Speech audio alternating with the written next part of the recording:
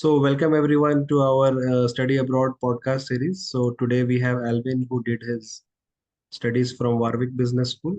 So, welcome Alvin to our podcast. Thank you so much. Yeah. So, Alvin, we have a few questions prepared for you, and with which will also open more discussions with time. So, the very first question that we have is you are studying in India and then you came to UK for your masters. Yeah. So you would have thought about it a bit before coming, like 1 year, half an year, or etc. How was that decision making process for you? So basically, I studied in like one of the premier research institutes in India. I graduated from Indian Institute of Science Research Institute in Bhopal. So I did basically like computational chemistry, and I did like a 5 year whole degree. So my degree was like very much research oriented. And if you look into it, all my friends, most of them are doing a PhD. So the institute is meant for it. Some people just come out of the box and say, we don't want to do any of this PhD. And I was one among them. We thought like, probably because I didn't have the patience and the determination to pursue a PhD degree, which I got to know while doing the degree that I probably am not for this particular thing.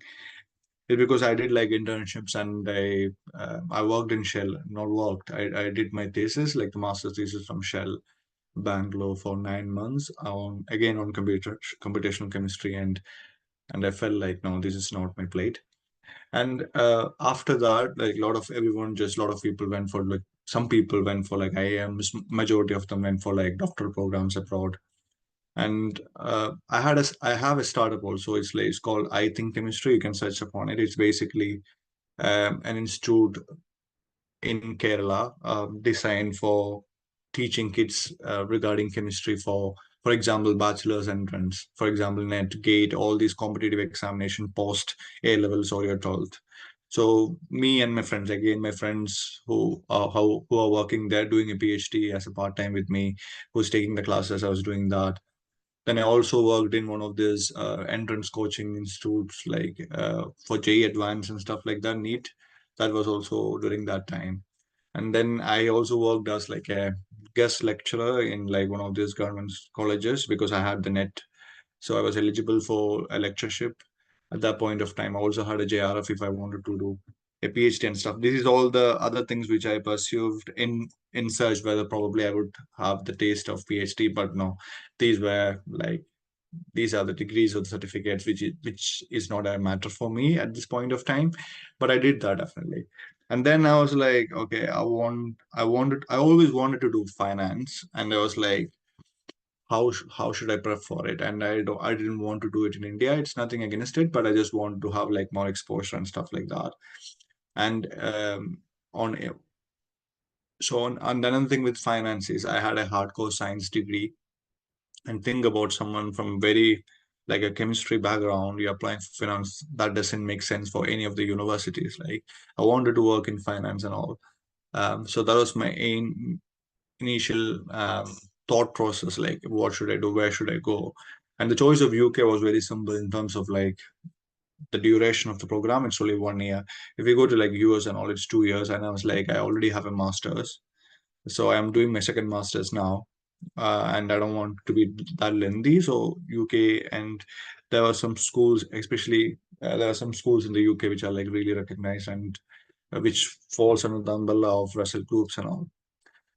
So that's when I thought like, okay, I need to do something in business, and also liked programming and coding well because I had like a computational chemistry background, so I liked that also good. So that's when I thought like probably business analytics will be a good course for me because I would like the analytical part of it and the business aspects of it as well. So that's when I chose like, okay, business analytics will be a good course.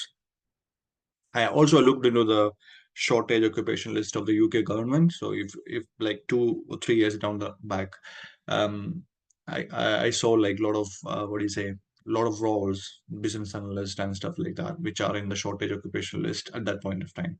Okay, and I thought like, okay, so that's like a good combination. Now, if I go there, there might be high chance of employability also, which I'll be learning something which I like. So that's why I chose business analytics and finalized the course. Now it was time to like look into universities where I want to go. Then I looked and obviously look into the rankings. I feel like if education is an investment, and if you're pursuing that thing, you look for something which has a brand value it, so that you can harvest the brand in your future. Like in terms of employability, there are different factors to it. That's when I chose, okay, where should I go? I got into like Imperial, Warwick. There's different universities. I can't even like Manchester, Alliance Manchester. There's different schools, and obviously Imperial had a better ranking than Warwick. But the issue was, it was like the educational cost, like the fees, the tuition fees was really high in Imperial, and also it's in London, so you're adding to the London living expenses and all. And I came to UK with pledging my own house. I'm from a very humble financial background. I didn't had any backup, nothing, and not too much money. So I thought like I had to pledge my houses to get the educational loan. And I thought like, if you compare like top twos, it was like, okay, you compare Warwick and Imperial, it doesn't make a huge difference. It make a slight difference. And I was like, that's fine. Warwick was in terms of it, like in terms of my financial goals and financial needs at that point of time, Warwick was like the most suitable option for me. That's when I applied for Warwick. And to be very honest, I didn't like had a year long preparations for Warwick and all. So I remember like 2020 December, that was when I'm thinking I should pursue things and all. I applied for Warwick in January. That's like late to Warwick, January last of 2021. And then I got like, there is different universities like Bath. Everyone gave me an admit, and there's like a couple of universities. Even Bath was asking me to pay like the initial fundings and all. And I waited for Warwick for 2 3 months, and then I didn't got a response from them. Then I had to email them specifically to say that, see, I'm waiting for your response. If I'm getting in, I'm going. Otherwise, I have to choose some other universities, or like choose my Imperial option. And then after that, like probably around May last, which is also again like May last, I got an offer from Warwick, an unconditional offer from Warwick to do the business analytics.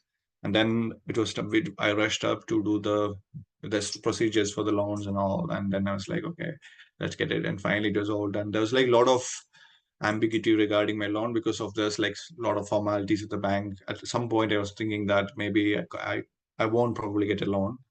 Then I got it. Then I finally came here. That's my small journey in terms of like how I got into Warwick and the real motivation.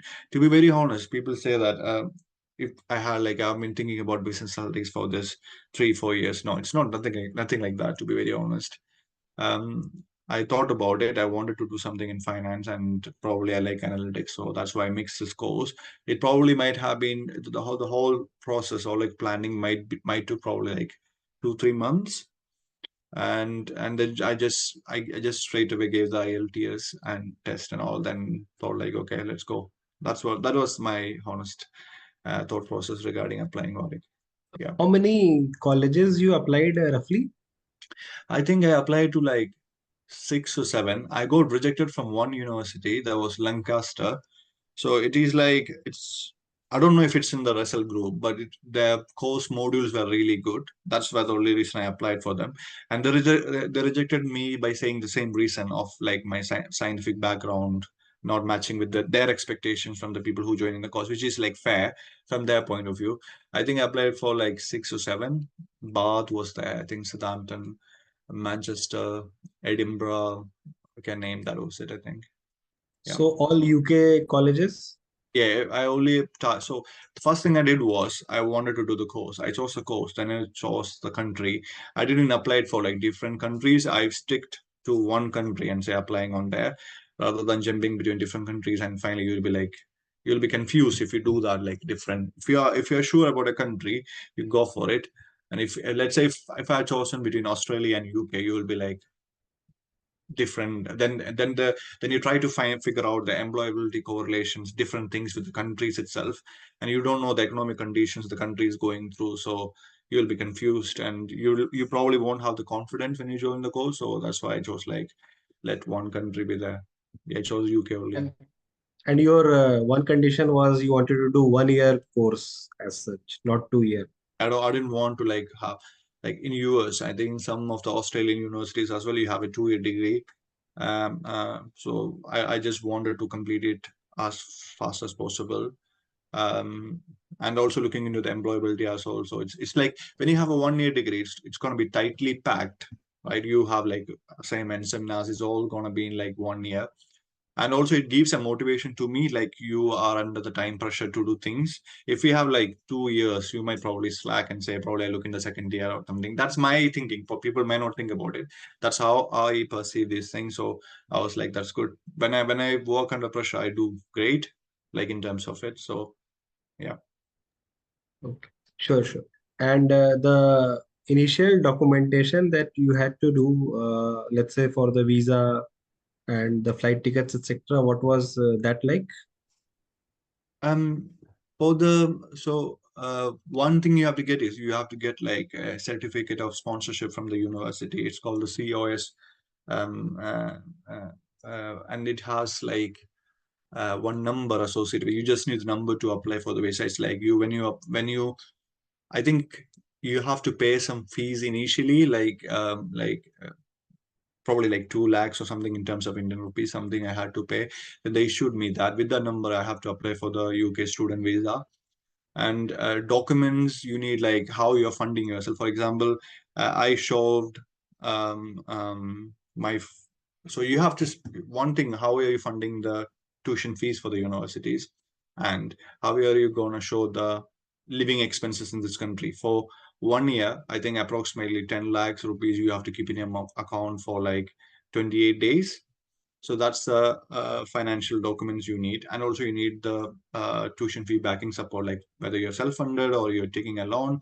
So you need a loan letter, and also so it all these documents should be ready when you apply for the visa. It's not like you apply then you apply the financial documents. There is some, if you don't upload, they will just mail you and say please upload it, and you have to keep the money for like 1 month. So if you are applying, let's say for the visa in June, so before in May, you should keep that money for like 28 days until you get the visa. So you have to keep it like for 20. It has to have a maturity date of maturity time span of 1 month. Yeah, and that was it. Literally, the documents you need from your point of view and basic things, your certificates, your everything, like your university certificates and all stuff like that. Yeah. So this visa application to visa approval was, how long was this whole process? During that time, there was like lot of issues with visa. I think it was like just opening after COVID and stuff like that.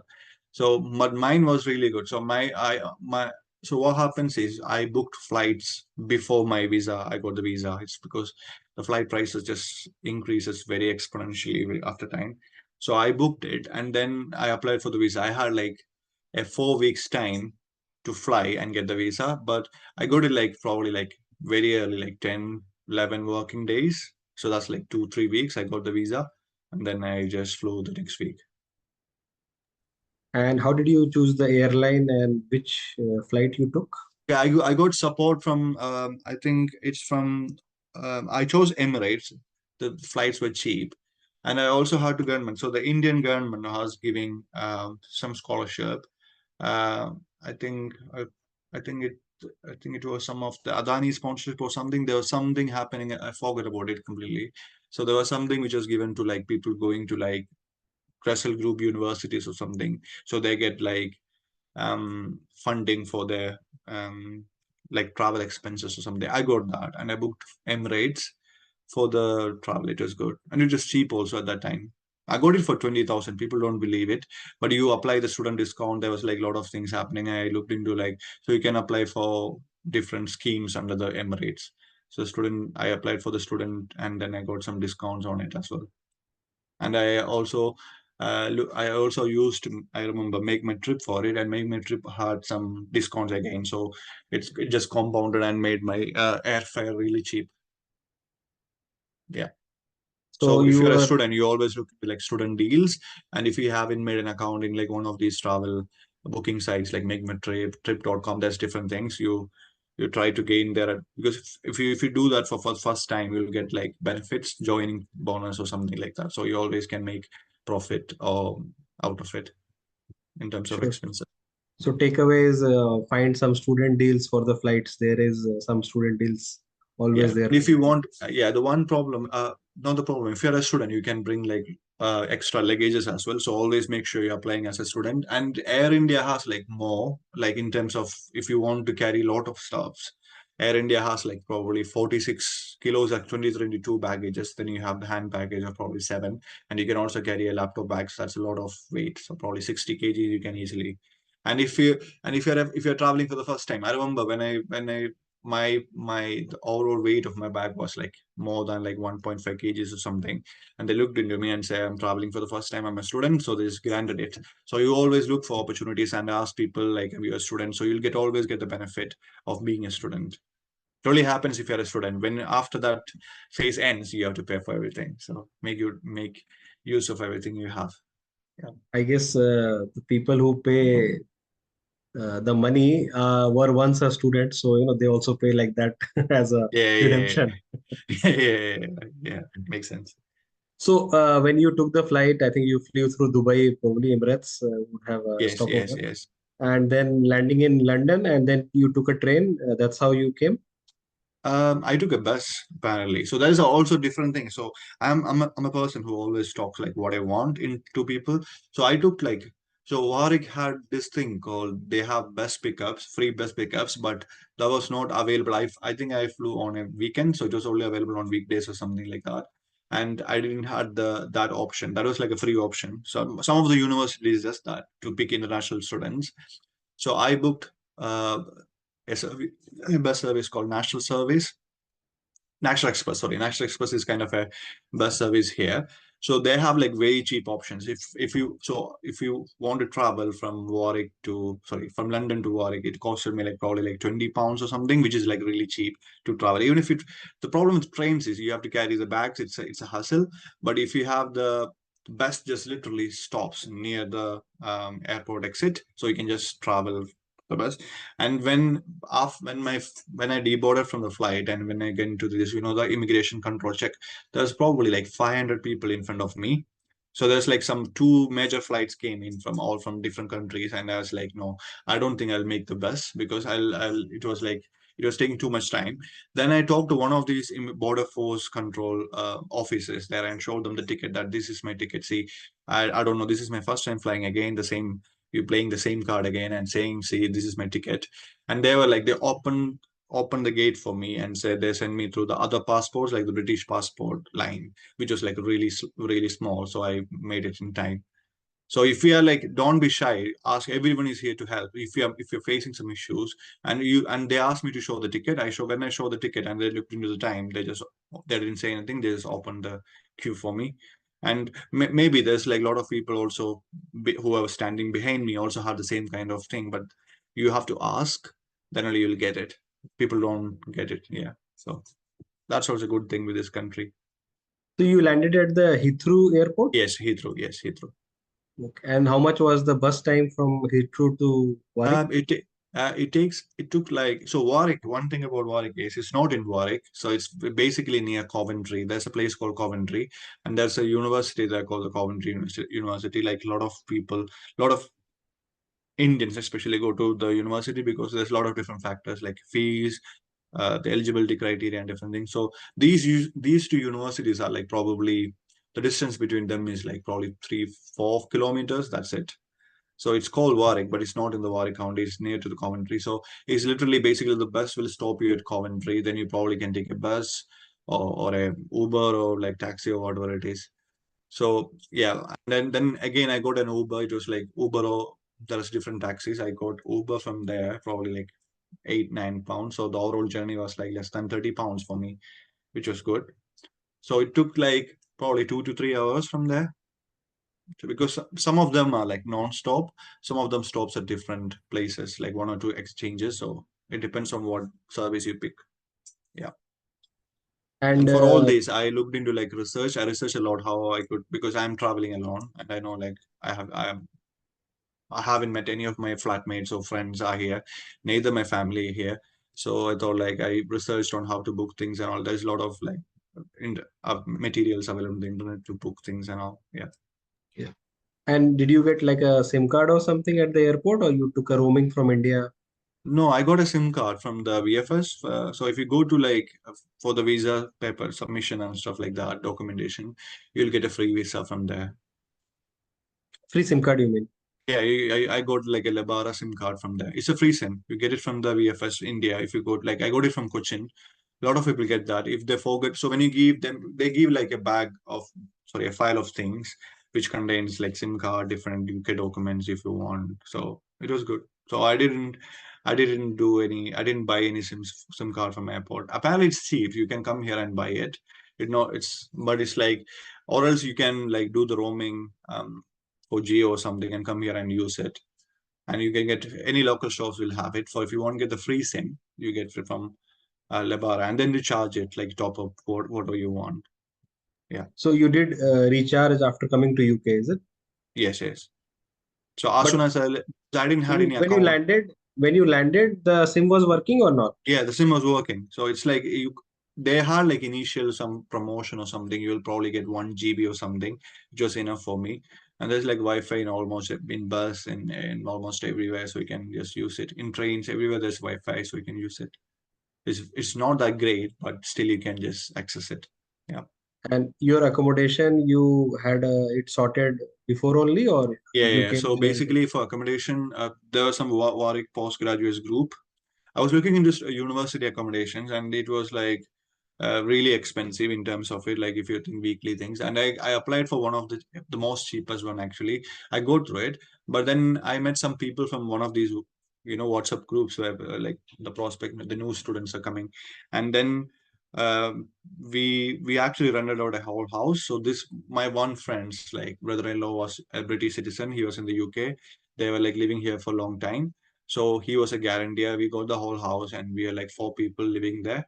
So and the rent was also really cheap. We had like 300 per head, and that was also like in a very good close proximity to the university.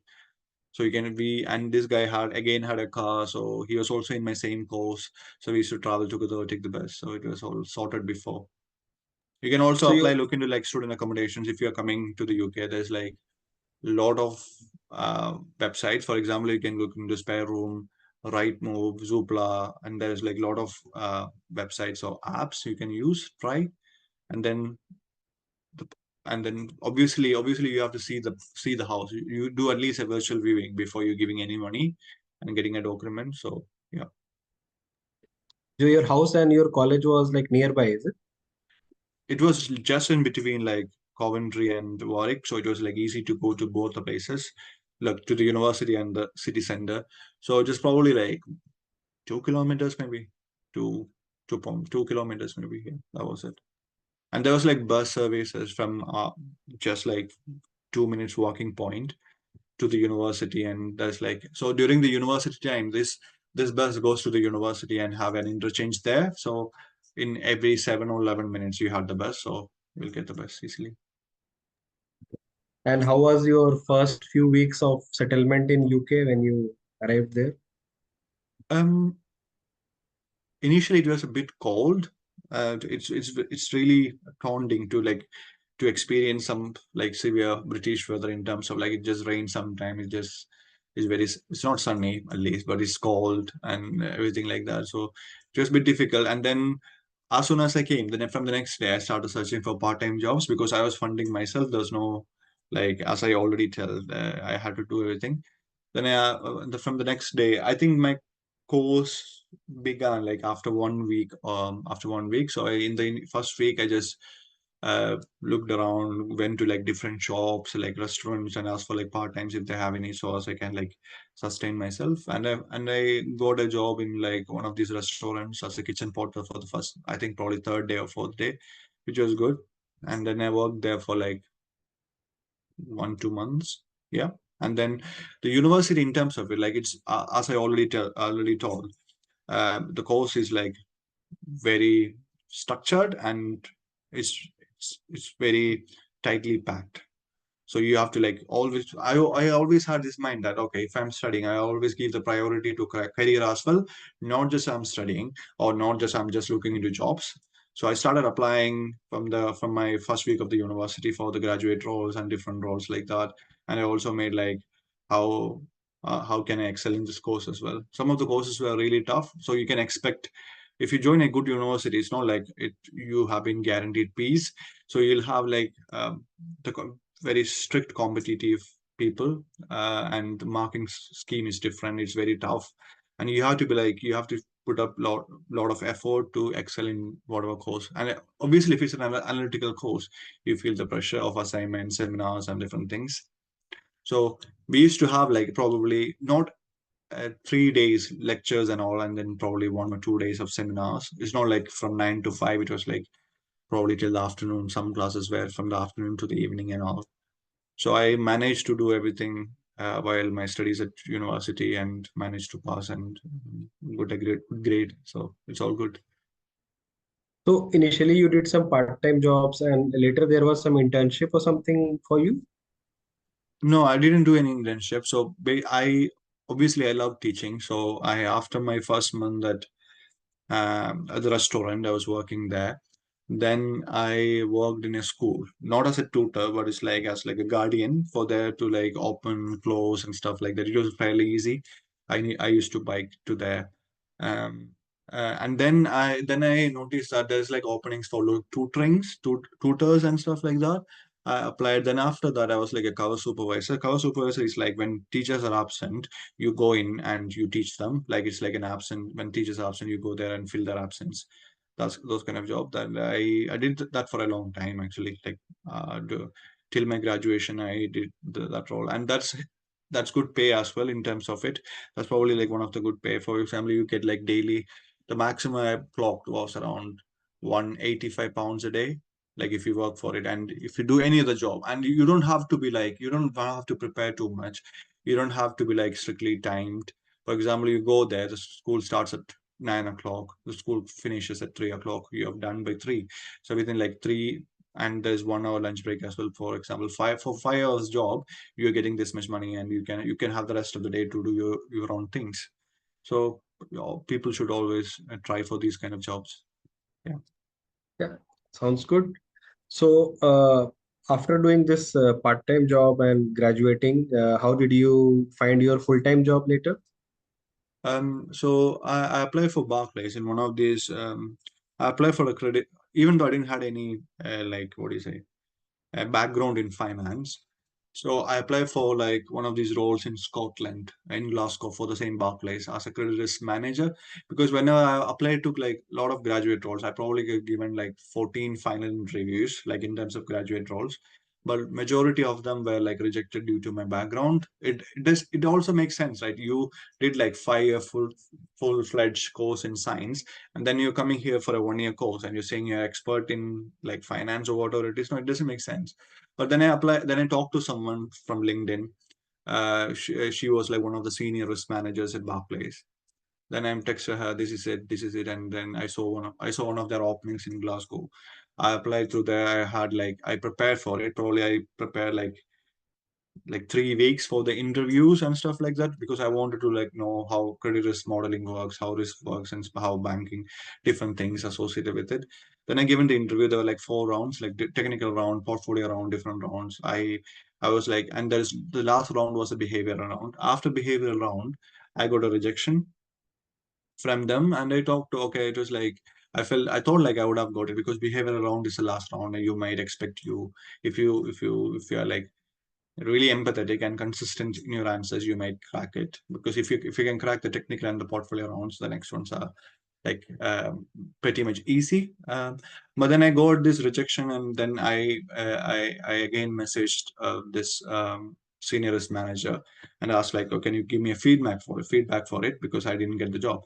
And she was like, it's not about it's because of the lack of experience. They can't really hire you in terms of the the HR port, portal they have, and they try to fill in, it just gets rejected because of my very less experience in that role. And she told me that she have talked to some recruiter about me, and if something ever one level less than this, we'll definitely call you. And I thought like every recruiter says the same thing, that we'll call you back and stuff like that. But after 2 weeks, I still remember I was working in the school. Then I go like one of these recruiters from the Northampton, she called me and said, okay, there's one lead risk analyst position. Do you want to take it? I was like, okay, I'll take it. And then I had like an interview with the team just to know each other. Then I got the job. So I didn't give any, what do you say, actual interview for the role I am in right now. But probably it have helped because of the interview I gave in the past for the same company. So it feels like always a luck, on the luck side, uh, but that's how I got the job in Barclays. Yeah. So actually, you made yourself remember by them, kind of like by asking for feedback, etc. Yeah, You you had have to this. always do that. Even if you get a rejection, people take rejection so harshly, that they're like, oh, they feel like, um, they segment themselves out of the, the loop from them, and they say, oh, these people are like that. But you always think about, you always ask for feedbacks. And as I said, when I got rejected from the other company, for example, I got rejected from KPMG for the graduate role, and they asked for the feedback, and they give a very valid feedback on my background, which is like fair in terms of me. But in the website it's written that, oh, we consider every sort of background, people from like any sort of background, which doesn't add the math, but it's fine. They given the valid, the true feedback, which is also acceptable. So you always ask for, like, even if you get rejected, you ask for them. It's the point of improvement, right? You get the point. You see that, okay, maybe I'm talking too fast, maybe I'm talking too slow. So you can always correct on it. So I remember when I first gave my first interview, and the interview I gave for Barclays, this had like a very huge difference in terms of my confidence and my subject matter expertise, because I prepared to prepare well for it. And first interview was like, I just go there and that's like, no, I don't know the answer for it, right? So you have to give a lot of mock interviews, or you have to talk to like yourself on the mirror and say how, and record it and see how you are talking actually. Yeah. It's a good piece of advice to any aspirant, that Yeah. always stay in touch and ask for feedbacks, etc. Because sometimes, because of that, they'll remember you. You have like a brand recall, and maybe Yeah. if there is a position coming up later, Yeah. they might call you just like that. So, Yeah. very valuable advice for any juniors listening to this. Okay, so Alvin, we are coming to the last question now.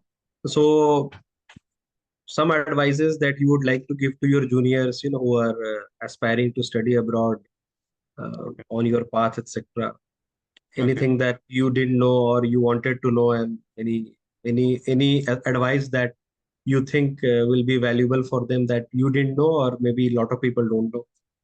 Okay.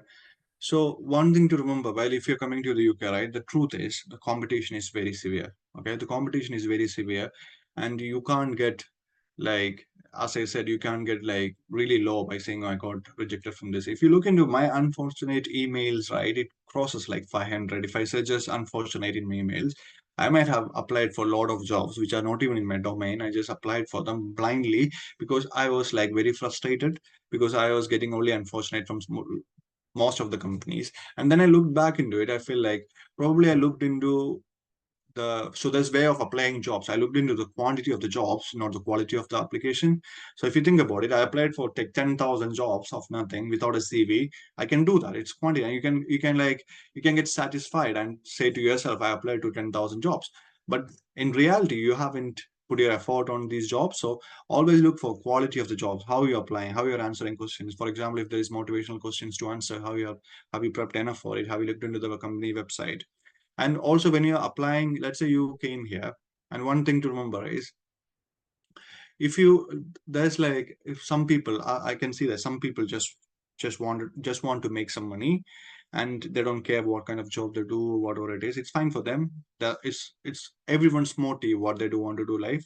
But if you want to like enter into like a full-term employment in the UK or something like that, then you have to put the effort of applying and do your courses well. You don't want to overdo it. For example, you did a distinction and you never applied for a job, then you're in the market, you feel like there's so much competition, you can't do anything about it. So balance your career and your academics and everything else, whatever you do, and then apply very early. That's my basic advice.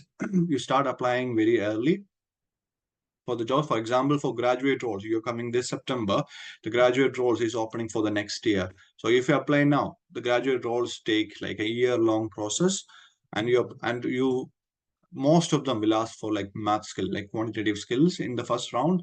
So just polish your like percentage ratios and all sort of like skills if you're applying for like consulting or like banking or like tech related roles. You do it.